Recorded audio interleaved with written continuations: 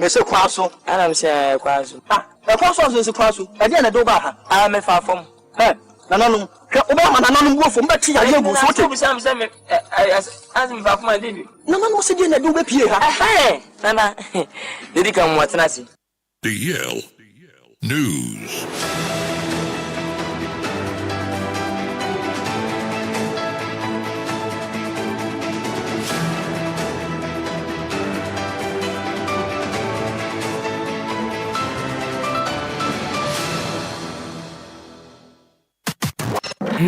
It's official. DLFM 106.9.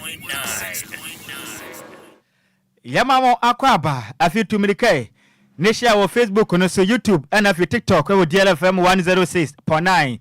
Kasebwe humfoni ni videos ni anam so benya bi na watumi ahwe de madwen chenzo fa ba mre se ba gine nyina da akenkan ede amamom. Yafi ya ni venture mu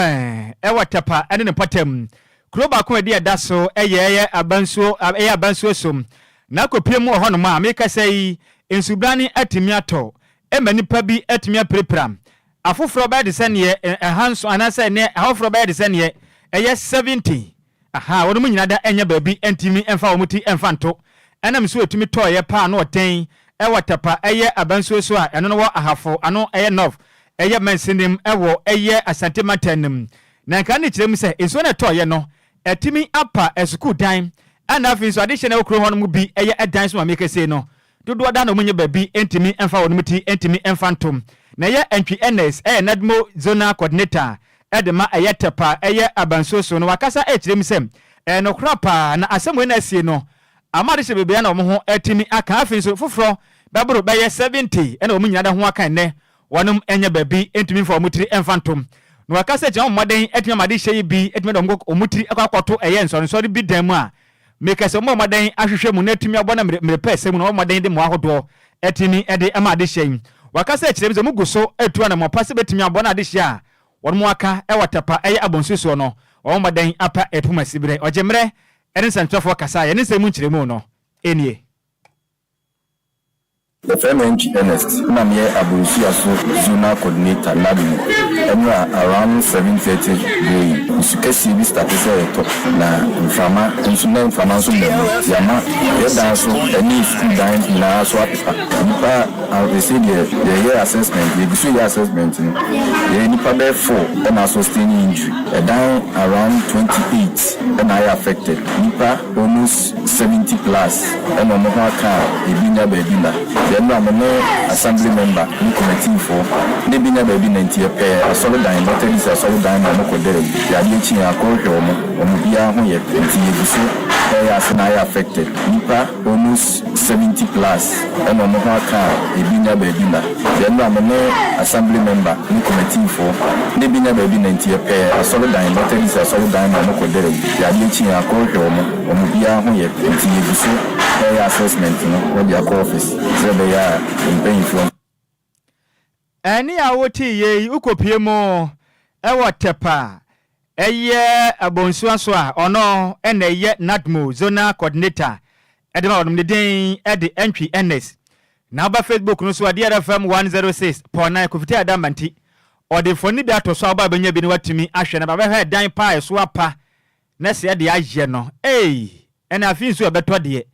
ebe ha adwen pa emu kiremu ene yede asumwe yanto akasebo no eso Omampani John Dramani Mahama abetiku anipa ensu anewo mu ayeko ye National Economic Dialogue ocheme ya ade a mo babehwe ohawa ewo oman ye sikasem so na afi omahu sani omode eniema betutu ye na oman ni mpumtu etimi akoso na Dr. Ishmael Yamson yafa ne so ni otisne ni a oda eye ekuo nanim na omo betwa hia adwendwen oman ne ho e policies abetudwa afen so ma wura tokro biam ehu de nti a oman ne sikasem etimi akosoro sa sani ebe ya omode ho report aba komo mampani wo ye na wotwe enan mu na chese ye bosome baako omonfen komo mampani omu hu kwan ya ombefa so a ombetimi ama oman no etimi atumpon na wo hwa ye committee na ni pensi a omoka eye Dr. Ishmael Yamson ho eye Dr. KY Amwakon Professor John eye Gesi Mohammed Samara Nelly Imreku, Anthony Sapon, Ernest de Graft, and Omoka, Dr. Ishmael Yamson, who are Nipan son, our mother, National Economic Dialogue, number share, no metimia who nienti or mine, Sikasem, etimi akosrosa, Naya acting spokesperson, at the moment, Penny Felix, Kwachi Ofosu, Edin Sam Ebetu, Ja, Be Pombo, so many debtors who had you nunsia, at the fan, Jumedia, committee, Ebabedi, Edia Fire, economic. Dialogue ne ho no chema ya de o man no sikasem pa titirunti anomatic say ko ise ne be yo betimi ahwe no matimi asi bibia no kwan e wo man nti we ne nsem a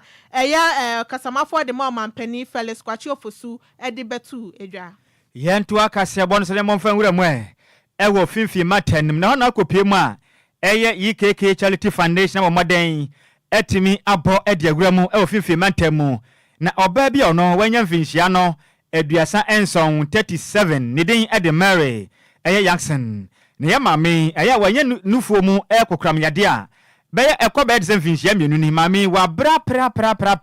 awa aguna kwanya ko woye aguna East Mensenem ofifin mantani ma wo prese ja obetimi anya ne nkwanso na kwakoye boachi bi de na meka say no EKK Charity Foundation Perifa Modern wonom ye non-profit organization kwasibo ni beka ne say NGO fo abomoden won krabata okumase abomoden atumeto no ya maame won mutumi emwa etimi akwakomanom na ya maame mele no ankasa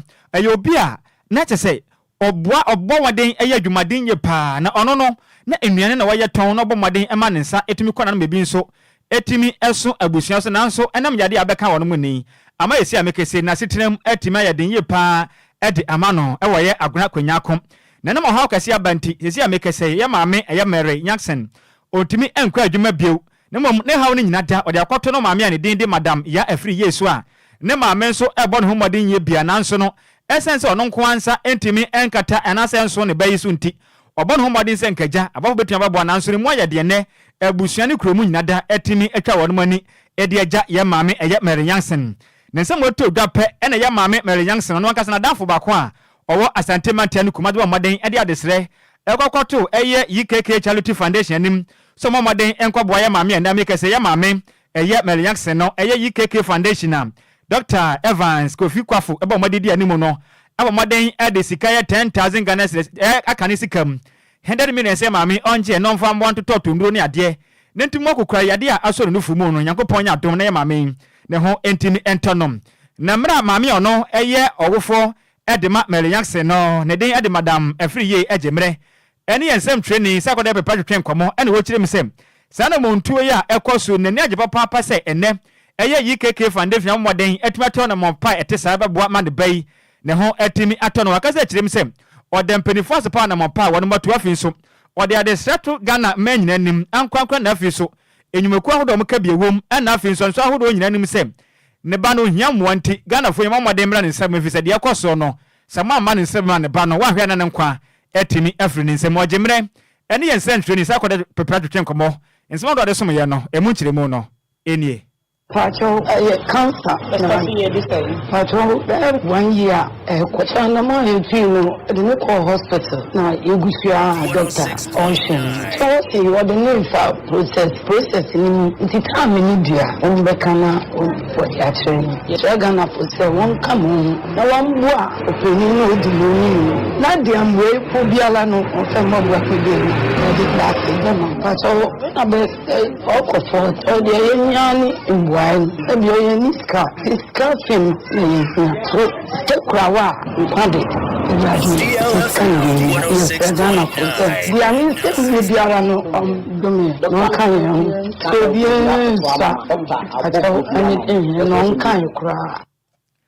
eni awoti ye aye madam ya afri yo no enande ba ene Mary Jackson na namika sei wanya nufom kukrama operese obenya ne nkwa no enu achi ena Dr. Evans Kofi Kwafo no so ye Chief Executive Officer edema EKK Charity Foundation no ebo modern ediska 10,000 Ghana cedis edema abusua no se womonye no mfa sika ntuto nduro emfa ma ya maame Mary Jackson na Dr. EKK Dr.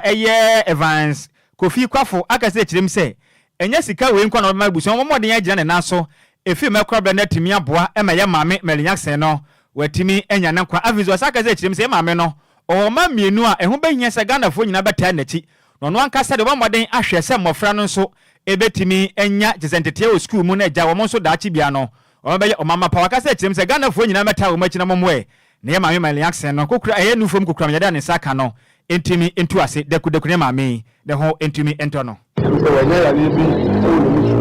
and then minu aba enyi bakso de ba bi ase ye bra ne me no na ye nyina do ye ne hwe moa ye betime de aboa na doctors etimi asan ya de no etimi ya de abanko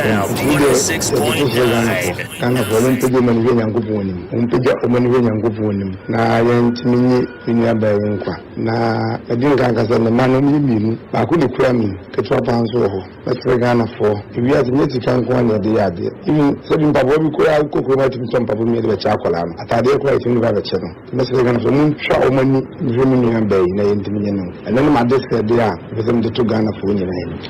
ade se mi ko nda bia meka se o ka se mu kire me a how bu ma fo mu dan me hu bi suda o ka se mu kire me na afo no ta se ma ko ma pepe pa se mi tu wana mo atem bu o ka na sa anka ma ko ma ntimi tu wana but ma me ka se na nka za no but ka ma ko ma and the audio that the Sunday me ko am kono e me bubu ma fam audio no betu na me ntimi ntie mani eno ne ade ka ma koma em se ene we edi ni ka ya ba be pie ko mu ene em se ma mo ya okọ hospital da du so na je se pe bi kakra e de bre no na wotimi nya kwan de hospital no na ye sa shi ni nkran se ono onfa na ni entu nya ko pon so na ye hwe enkomo doctors nso ni ni di abre no be ni mu de betima ye de abo no ndi ne ma ye ba DLFM 106.9 Any awoti ye aya doctor eye Evans Kwafo no ena ye chief executive officer at the Charity Foundation no bo modern ekofa sika botene eye 10,000 Ghana say mame Mary Jackson wanje na otuva to tunduro enom na ne nufuo eye kokram no entimi enkofom ne kwakra mu no ene ye mame Mary Jackson so e de na ase kese pa edema eye Dr. Evans Kofi Kwafo ena finso eye yikeke eye Charity Foundation isa na mopa matu ene mo amde amon no yankopɔ ko nhyira so wonhyira wo mafiri sem de mo ayempo yankopɔ mo de atie wonom na wo nkwan so watumi atum ede ama wonom we can see the agamisha ameduma wa fato amezaleweke na mambo au bana yese diese fontu ya na bayo mputa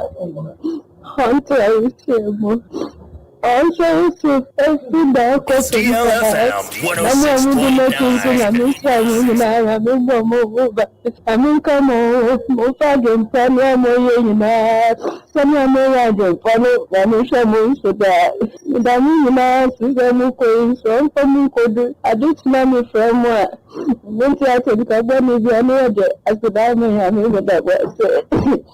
106.9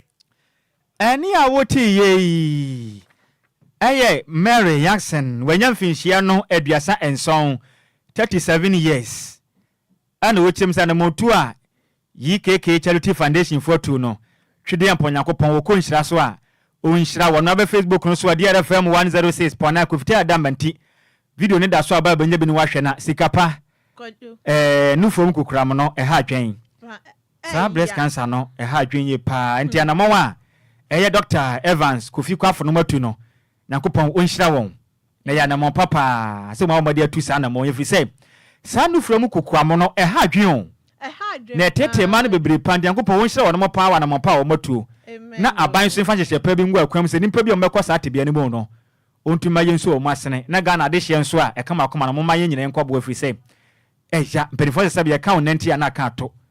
amane bo yensem training se akode apepra ne de firi kumase ebesoma yen Sikapa yanko yanim yanto akasebo ne so ewo mampani dada be de akiri akachi ya na Dr. Muhammadu Bawumia ebeko eye alatamamu enajuo obepo obosom ne de tosu enu nso ekosi eye obepo obosom ne de tosu aduonu wotwe akokasa afa eye kabinamin kabi amamuo hu no asanso akasa afa manyosem hu nkabom hu ewo eye alatamamu achese eye de nti a okwe okwakokyereke mfasode a wo hu se eye kabinamin kabi amamuo no betumi akoso eye bibi musa ne be yom betimi abu oman ni ye na esan so wonim de ewoye oman ni sika kra hu nti no ya de okọ kyerɛkyerɛ wom na afɛ ometimi ahye kabi na menka bi amamoni mu kenasa na ebe ya ometimi abu abibiman no na ni na eye oman no etimi atumpon esan se abibiman ni de eye Nigeria Ghana ba bia no ye na ye nipa baako nti okọ no akọ kyerɛkyerɛ se na ebe ya bibia ebetimi akɔso ye ewo Nigeria memu nti we ni nsɛm a eye omanpani abedi akyire ede abeto dwa se nedwo no okɔ alatamemu ene omakoye nkyerɛkyerɛ to Dr. Alhaji Mamudu Bawumia. Ye hwe ni mu se ne se siampa meke se de kopie mu e wo Nigeria alatamemu wo ho. Yo ya dase. Yankwaya ni mu ne yamfi ya ni fankyire mu. E wo Asante Matani enkopie mu. E wo Ashanti Regional Director Edema Environmental Protection Agency. Ye tweditia e kan se UPA Dr. Jackson Edia Nyantachi akasa de ntam de atudwa e kirim se ne enipa subampɔ ne yɛde na dinti ama ewiem sa kyerɛye ekum nipa eje nipa nkwa edi fra asase we so a ɛha adwenye pam na opinion dindi ɛyɛ Dr. Jackson edi ya nyantechi akase kyerem se ene nipa eni ahodo be yɛ de na di ɛwɔ ne no ama ene mpo yenim se nsuo beto ne se beto kyena nipa entumi mpo entumi enhyehye na ɔkasa na okyerem se aka ne no na nka yenim se edu opepɔn bosom ya na ewia bre evisensu ewia bebo pan ya de nsuo nimpo ebetimi ato afin so bia nim se yedu eze na ogefo abosoma na ye ade a nsuo betimi atonti na akuefo tenase ehunu se ne yakopɔ ya adoma eye ofolusu obosome anase ne ogefo abosoma modde atumi atenase na yagua no ba ya na boa ma yenso yeku adwuma ne matimi akonkan ade amayene nanso akasa kyerem se enam nipa yesu bambɔ ne be de na di efa ya tena ye ho nti ene yentimi nkyerɛ se nsuo no opa brempo ewia bɛbɔ and I think insu tobrempo insu betimi atom wakasa kyerem se ne enipa amade atimi atenase atwa akwaya wo maga na munyina da ebumu nua etugu galamse nso atwa ye ho ahia Ghana mpanifo ye ka wona muntie wakasa kyerem se ne enipa amade ekwatena ba bi nso a bebe ye betane ye bu nua atwa ye ho nyina to agu wo kyerem se sana monbone ya Ghana fo ye tusi ye ntwese bedu ba bi no ya setenam betimi ayeden ye pa ede amayen wakasa kyerem se ne enam sansuanso bone nti enso tumi tosa enso no entumente ewensom se ba etumbo denden a ewen ntumi njan efizani nyina da ene mambone nipa ede na di na ka homene ewem sa kyereye ede sukom no ha hodo ede bende bakasa kyerem se Ghana fo ense esuban yente sa de wa hwe ni ya na ewem sa kyereye akofo tusanso bone ede am no man ojemane sem training sa kwade be project train komo nsem no nkyeremu no enie Yuma ye no ama ye nyina no ye twetwem nyina ye fi hono ye say it is a carbon dioxide no ye hono ba bontina enya ba bi enya ni hono na enya di asono so dia maye eno ama carbon dioxide no afro akotina ewie mu a ede phenomenon bi e fe no climate change ediaba ya amasese no ye huno ye beka say climate change to sansuro no ebino no sisi ya meka say se base ensuo na efa ensuo no towa ho den ye den so emanko for dan eso pipa na the flooding so aba na fe lives and properties na so etibia say the sense no ama aya awe hokese ediama anam anhu kese ediama bia se afa na nyina ya ye hu ye de ekwakose the next no ye hu say yampo na eba yamen pa ho de kese so pa na de nyema bebre etimia ba de o how ehun susanso bebre ebe mai and see make us so that would them so that so one so air condition and one so fan and see so a yemi shiri no ontumi enda ama meye so bisu fi hono mu a mfa se nsuo no kanea yesusa no ye se wo hu se January eyo popon no to so by say April eyo oforisu na hono miti se nsuo no abebi a o hu se nsuo no ebe so no around this time no nsuo bitimi ato ama kremi timi dua na ade nanso so climate change no ama rainfall part no aye erratic ya wo ntumi hu time nsuo no ko ebe to this time ne kwa kura mo no na Dr. Jackson edi ya nyantechi eni yensem twireni sa kwade pepre kasa na wokyerem se we dia futuo pa enko emfama Ghana akuafo se momfa kwanpa so anase eya befo kwan so emfa ni mudwuma no betimi abo a yomo kwasi boni beka ne se eye climate smart agriculture format no ene betimi abo mukua ya musie nyama timi akonkan sa kane mpo udo afuo mpo na seja ohwe na afuo ne nyade be ha adwen a wutumi ede wonsa esesa sunwura na aboa ne ne efo bia krobra ne be ne so odigya kwatum ehyi niam ahudo nyina afi na wise ya kom na kwafa dunsanso bone na de abra o man wakaza kirem sem Ghana fo nyina de ne se wusidi abamode na ma kwan ne de dada nanim na duadua e wo dan nanim na eba no betumi aboa e ma mframa ahodo a nipa home no enuane bagye aso no so de abra ye back e ma yenso yatumi ahome otirem sem sanya ne san ye bomade asi dan ne bomade atwa nu nyina tugu baabi na ye tenase ne ye de concrete e de fada nanim e bota asa hodo a enso ne to a enko e beyira fa ne anka se momen ye ho atumi akire ye pam wakasa de afutuo nso e de maga na de hye omton sase sem mokoto asase sa monko baabi a mokoto asase ne wode utumu se wedie enso ta honom enso ne to a entement na kwabrane nhwe hansa kwakoto asase wakasa echemza no so menye nya bi efizo kwato nsuo no anasa asase wo baabi enso eginagina enso ne to a entement ne nse enso ne ntumi antene so ne kwasan da chi a ye ne yankasa ne nsu yire besan fa na majapade nipa nkwa etimi efri yensa Dr. Jackson edi yan tachi nsem no mu nkyeremu no enie Bibi kan no akuafo a ye kua fa yibia technology fa no climate smart agriculture eno se nsuo ho de nsuo no of try more sakra wa ha so the cultural practices conserve moisture no so the be food bi betimi use kakra e de abaye na fe ye pe early maturing year varieties a betimi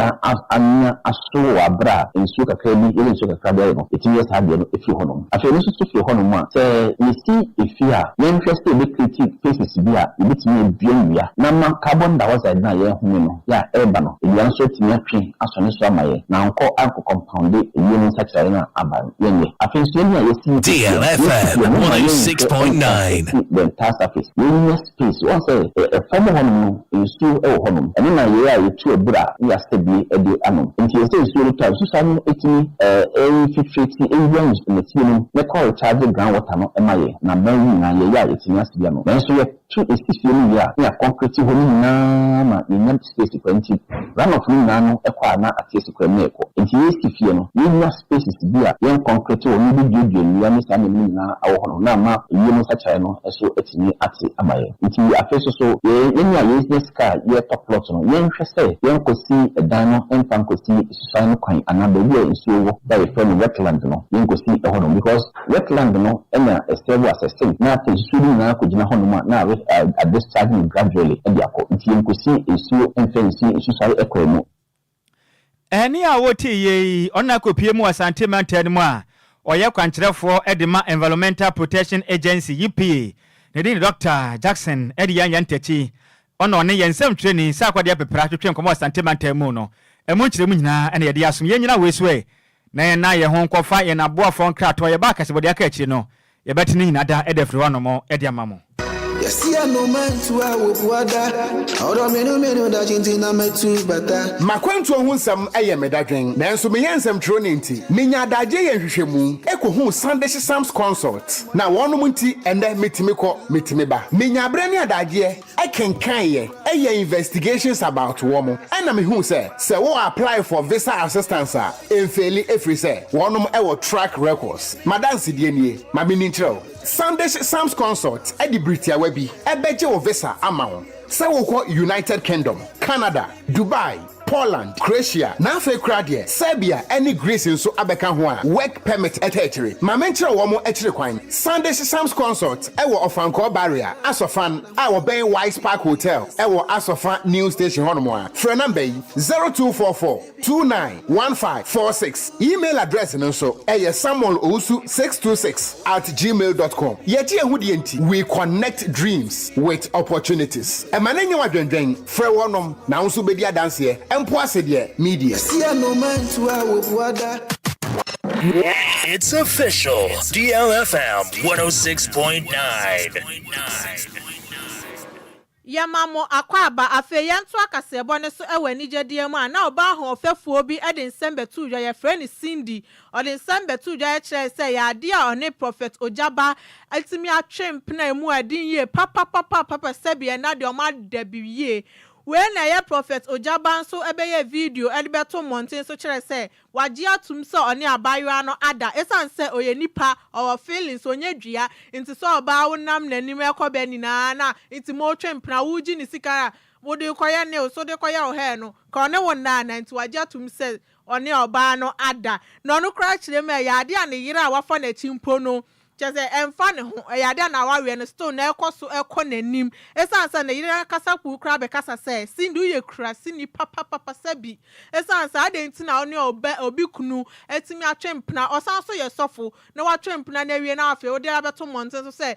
woni prophet Ojaba atwempna ama sabi ma da uye krasi ni ye papa nto Ojaba echema ya de awaja tum say oni oba Cindy etimi atwempna on sabi nso otimi no ene na danti Cindy de all kan kra de wonya ene se na nipa bi nso ekeka omunsem no omunje sansa na wawe egusu nanim ye pa we ne nsem a prophet Ojaba edi betudwa abusua wonim se abra na abayiwo ya wabetete eneti aye matari ni okọ obi live so wonim se o mo send link na ma me di different phone na me dey show they will so me share sa kopim so kasewi ye ebia na ye wanka wuntumi but media ma hwewi me no nka bibi nkyerɛ se onipa bi a wonim se asɛm wa nipa ikin wo twantro na nipa na wo twantro to no so no ɔno so wo genuine evidence a ebem obi ahu nipa yi oye eti se me wo sa evidence ne kyerɛ se me buoma no kasa na me de menoma pie se me hu na che me hu se odi agenda ne nam no na me sha se me record no record ni movement because minim sa me be kasa na me evidence a obi abekwa kota oba na chi obi eni wo be support sofo because the ya na de nipa adwum se osofo de eni kwan se oye mfomso osofo de eni kwan se oye de nipa bi aye bi eni ti na me sha se me record no eni o ma record no ebe je won se but me ya madwum se da bi watete na ti aye matadi mu aka me baba be discussing with TV so but me kasa me discussing with TV so a me ti we watete na ti aye matadi mu me yire kura hwe me baye asem wo ka kire me se gay pa na sa na adwene wo fom sa na se wa baba be fam ma de ho a we wi a wo sa ba me ye kronfo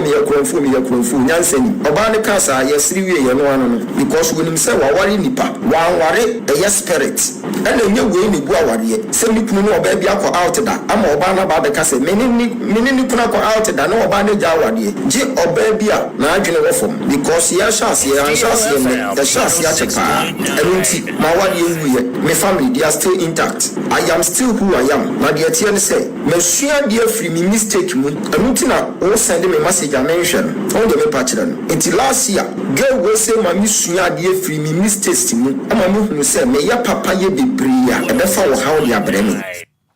Eni ya uti ye prophet Ojaba nti o chilema ono de abayo ne ya ne kra de ono no mfa boge enye swine. Enti we no ya mompa ya ma wo mo ana. Bible ne do mu hia bi. Ehun se de nsem ne kɔ no ko fitela de be hwe nko fie ha se ohurihuri ani na ye mompa ye ma wo no mu hia mpa bo ya makadele ko no I didn't clear Father in the name of Jesus Sikapa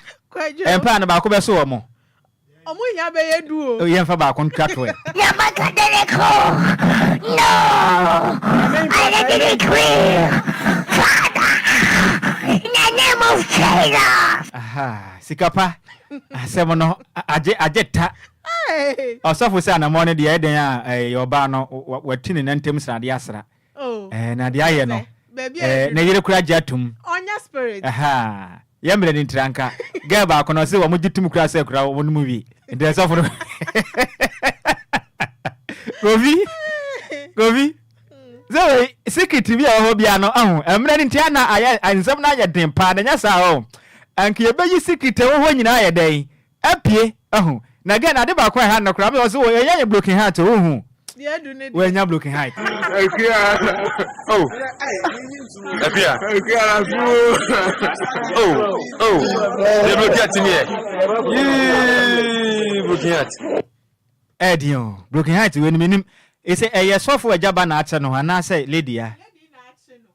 achi Cindy bi sa de tina na obi kunu anasa sofo be na wa betina life na woka se bia na nema bia osofo no bia na osofo no so hye no bo we ni so nti ono so pese o twe na toto anwem se be ya sa na makro na aka no e bia nko de beba bia no nko bo osofo no kokose on fa na ma nam da wan fa ma Kwadwo wan se man bi wono ma mi hu ne ha wom esan se obi kunu ono wa wari o wo afa na obe ware na wo kan semwe e wo monti social media no mo forget say that it did 10 years crampo na on ba be kai wo okay enti enumle no